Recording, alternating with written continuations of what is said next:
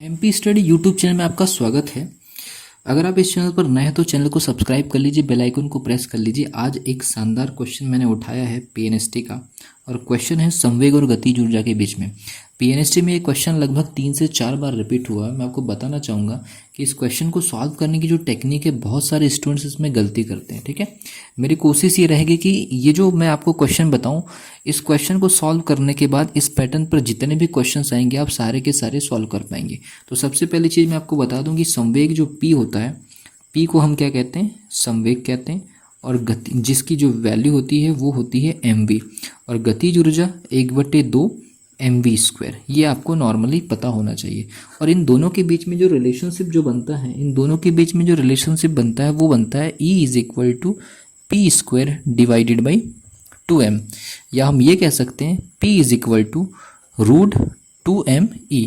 तो ये रिलेशनशिप है, लेकिन यहाँ पर हमको न्यूमेरिकल किस प्रकार से आया है, यहाँ पर मैं कॉन्सेप्ट आपको बना के दे रहा हूँ। ठीक है, ये क्वेश्चन सबसे पहली चीज़ आपको फॉर्मूला पता होना चाहिए। फिजिक्स में अगर किसी प्रकार का लॉजिकल क्वेश्चन है तो पहले फॉर्मूला पता होना चाहिए। फॉर्मूले में हर क्वांटिटी का एक दूसरे के साथ जो रिलेशनशिप है वो इंपॉर्टेंट है।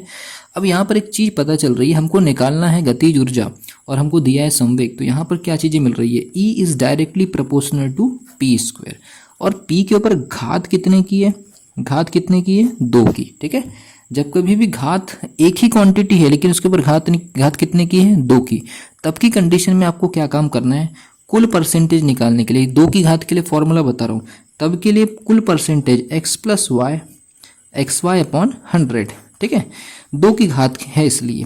लेकिन यहाँ पर क्योंकि एक ही क्वांटिटी पर दो की घात है तो x का मान भी वही होगा और y का मान भी वही होगा। x का मान मतलब 50%, y का मान भी 50%। तो ये 50 + 50 + 50 × 50 डिवाइडेड बाई आपका 100। तो देख लीजिए, ये 1 0 से 1 0 काट दीजिए, 50 50 100 और 5 × 5 25। आंसर आपका आ जाएगा 125%। तो ये आपको ये लॉजिक याद रखना है हमेशा 2 की पावर के लिए। ये रिलेशनशिप पता था इसलिए ये लॉजिक बना, और ये लॉजिक के आधार पर फिर मैथमेटिक्स अप्लाई हुई। ठीक है, तो आई होप आपको समझ में आ गया कि ये क्वेश्चन कॉम्प्लिकेटेड नहीं है, लेकिन 3 से 4 बार पीएनएसटी में पूछा गया है, इसलिए टॉपिक को मैंने यहाँ पर शामिल किया इस वीडियो में। ठीक है, तो ऐसे छोटे छोटे जो टॉपिक्स की जो वीडियो दे रहा हूँ ये बड़ी हेल्पफुल होने वाली है लास्ट में। ठीक है, so wish you all the best.